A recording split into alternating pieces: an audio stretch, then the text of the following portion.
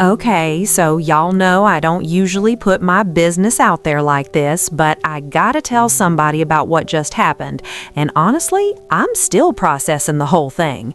My name's Absteen. Yeah, I know, unusual name for a black woman, but my mama loved unique names, rest her soul. And 3 weeks ago, my entire world got flipped upside down. So here's the tea. I'm 52 years old, been a nurse at County General for 27 years. I raised my daughter, Naomi, by myself since she was 3. Her daddy, he ain't in the picture, never has been. It's always been me and Naomi against the world, you know what I'm saying? Naomi's 28 now. Beautiful girl. Got her MBA 2 years ago, works in marketing for some tech company. Smart as a whip, always has been. But lately, she'd been acting different, secretive, always on her phone, smiling at the screen. I figured maybe she had a new man, but every time I'd ask, she'd get all defensive. "Mama, can you not be in my business for once?" she'd say. I'd just laugh it off. "Baby, I'm your mother. Your business is my business." But then everything changed when her grandmama died. Now, Naomi's grandmama, my ex-husband's mother, Loretta, that woman never liked me, not from day one. See, her son was supposed to marry some girl from their country club, some lawyer's daughter. Instead, he married me, a nurse from the South Side. Loretta rated very clear I wasn't good enough for her precious boy, and when he left us, she blamed me for that too. But Loretta loved Naomi. That was the one thing we agreed on. She'd take Naomi for summers, buy her expensive gifts, pay for her private school. I swallowed my pride because I wanted my baby to have opportunities I never had. When Loretta passed in October, I went to the funeral, sat in the back, kept it respectful. Naomi sat up front with all Loretta's high society friends.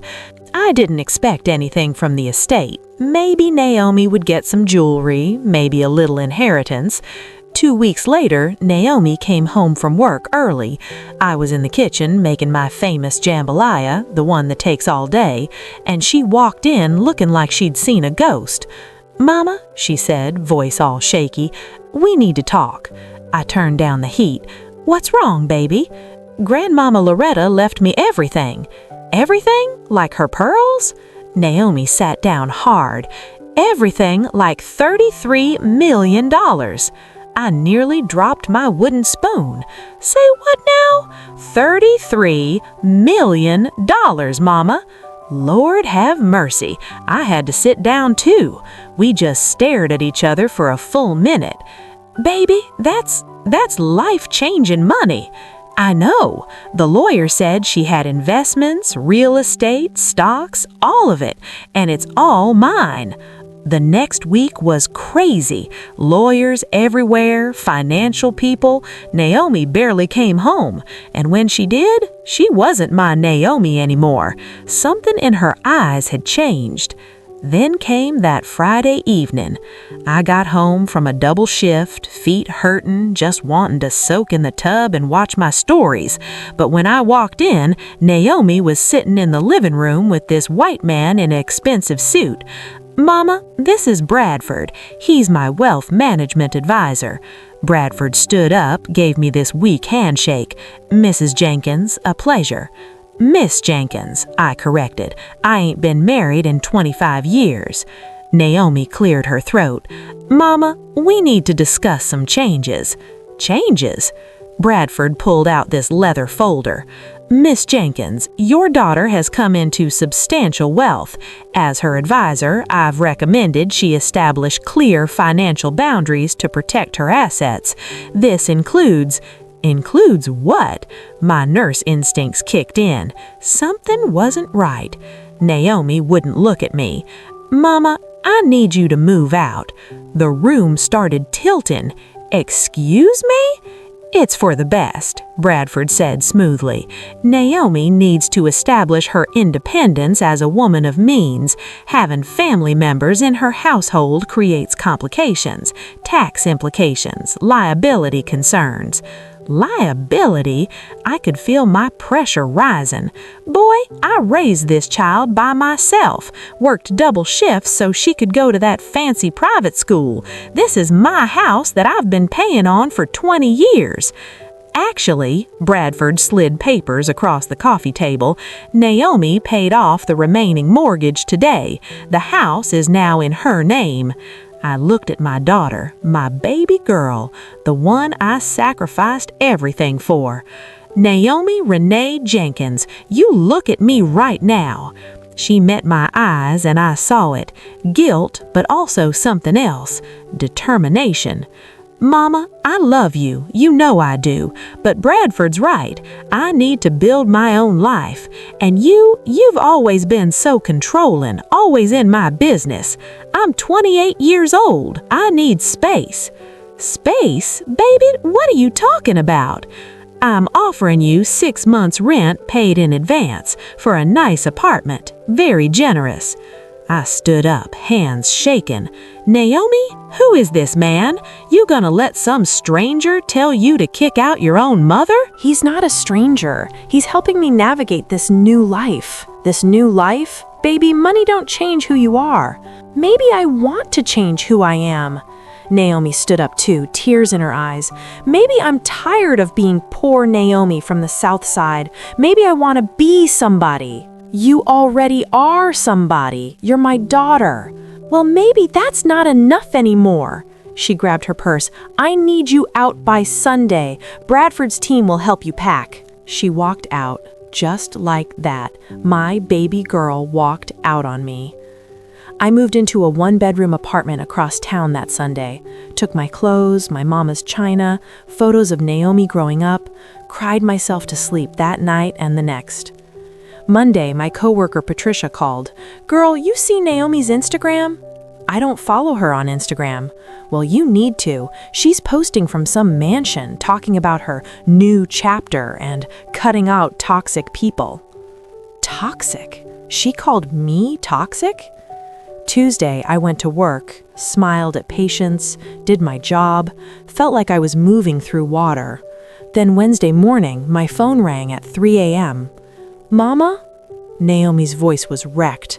She was crying so hard I could barely understand her. Every instinct said, hang up, let her figure it out. But she was still my baby. What's wrong? Mama, I need you, please. I'm getting married in 6 hours, and please, Mama, I need my mother. My heart stopped. You're what? Can you come to the Fairmont Hotel, room 1207, please? I threw on clothes, drove through empty streets, mind racing. Married? To who? When did this happen? When I got to the hotel room and knocked, Naomi opened the door. She was in a wedding dress, gorgeous, probably cost more than my car, but her face was a mess. Mascara everywhere, eyes swollen. Behind her, I could see 2 other girls I didn't recognize, both looking worried. Mama! Naomi grabbed me, pulled me inside. Thank God, I didn't know who else to call. Baby, slow down. You're getting married? To who? Devin, we've been dating for 8 months. You never met him because I knew you'd... She stopped herself. I'd what, judge him? No, I knew you'd see through him. Fresh tears. Mama, I think he's marrying me for the money. I took a deep breath. Okay, start from the beginning. The story came pouring out. She'd met Devin at some networking event. He was smooth, charming, worked in investment banking, which apparently meant he was broke but knew rich people. When Naomi got the inheritance, Devin proposed within a week. He said we should get married quick before the money changed me, made it sound romantic. But Mama, yesterday I found out he's been talking to Bradford. They're friends. They went to college together.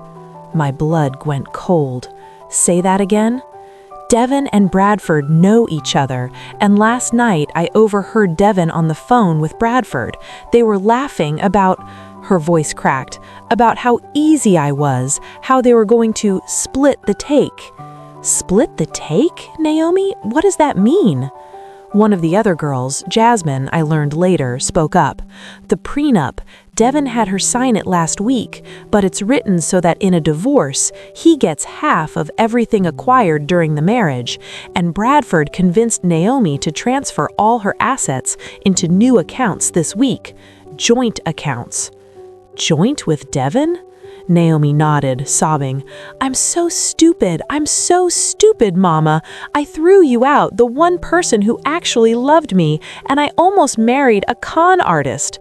The wedding's in 6 hours, 300 people coming. I already paid for everything, the venue, the food, the band, $200,000. I sat down on the bed, mind working. Okay, first things first, you're not stupid. You got played. Happens to smart people all the time. But Mama, let me finish. Second, you're not marrying that man. I don't care if Jesus himself is officiating, you're not doing it. But everyone's coming. My colleagues, Grandmama's friends, everyone from Bradford's firm. Girl, do you hear yourself? Bradford's firm? These aren't your people. These are vultures who saw a young woman with money and no protection. I took her hands. Baby, you know what you need to do. She nodded slowly. Cancel it. Cancel it all and call the police. What Devin and Bradford are doing, that's fraud, conspiracy. That's real crimes with real jail time. The next few hours were chaos. Canceled the wedding, called the estate lawyer, the real one, Loretta's actual attorney who'd been trying to reach Naomi for weeks. Turned out Bradford wasn't even licensed in California. Fake credentials, fake firm, everything. Police got involved. Devin tried to run but got picked up at the airport. Bradford was already gone, but they found evidence he'd done this scam to 3 other women in the past 2 years. By the time the sun came up, Naomi had frozen all the accounts Bradford had touched. The real lawyer was working on recovering the money Bradford had moved, about $4 million. Devin was in custody. Naomi and I sat in that hotel room, both exhausted, while Jasmine and the other girl, Kennedy, went to get us coffee. Mama, Naomi said quietly, I'm so sorry for everything. You were right about needing space from people trying to control me, but I chose the wrong people to trust. Baby, no, let me finish. You weren't controlling, you were protecting me, the way you always have. And I called you toxic because some con artist told me that's what you were. I threw out the one person who would have seen through all this from day one. I hugged her. You made a mistake, baby. A big one, but you figured it out before it was too late. That takes strength. I almost married him, Mama. I almost gave him everything. But you didn't. Know why? Because under all that confusion, you're still my daughter, still that smart girl who knows when something don't feel right. She pulled back, wiping her eyes. I don't deserve your forgiveness. Well, that's not really how being a mama works. You're stuck with me, whether you like it or not. I smiled. Though I gotta say, $33 million and you went with the worst financial advisor. Baby, we need to work on your judgment. She laughed, actually laughed for the first time. Mama, I'm so sorry. Can we start over? We never stopped, baby. You just took a detour. Over the next month, we worked together, got real advisors, real lawyers, recovered most of the money Bradford had stolen. Naomi moved out of that ridiculous mansion, turned out it had foundation issues anyway, and bought a nice 4-bedroom house in View Park. Mama, she said when she gave me the key to the guest suite, I'm not asking you to move in because I need you. I'm asking because I want you. I want my mama around. I want Sunday dinners and your terrible advice about my dating life and someone who'll tell me when I'm being bougie and ridiculous. I looked at the key. Only if I can pay something toward utilities and I cook Sunday dinner. Deal. 8 months later, Naomi started a foundation helping young women from underserved communities get financial education. Turns out, almost being scammed gave her a mission. She's still working at the tech company because she likes it. Still single, but she's seeing a therapist and taking her time. And every Sunday, I cook jambalaya in our kitchen, and we talk about everything: her work, my shifts at the hospital, the foundation, life. Last Sunday, she said something that stuck with me. Mama, you know what the money taught me? That you can't buy the things that matter. Love, trust, family, that stuff has to be earned, and you earned it every single day of my life, even when I was stupid to see it. Baby, you weren't stupid. You were human. Well, thank God you're human too, human enough to forgive me. I squeezed her hand.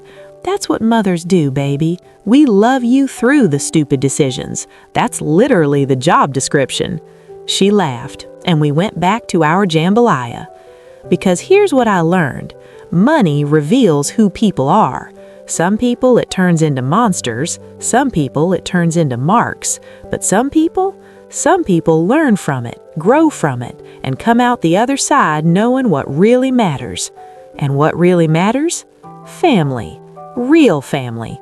The kind that shows up at 3 a.m. when you're about to make the worst mistake of your life. That's worth more than $33 million. That's worth everything.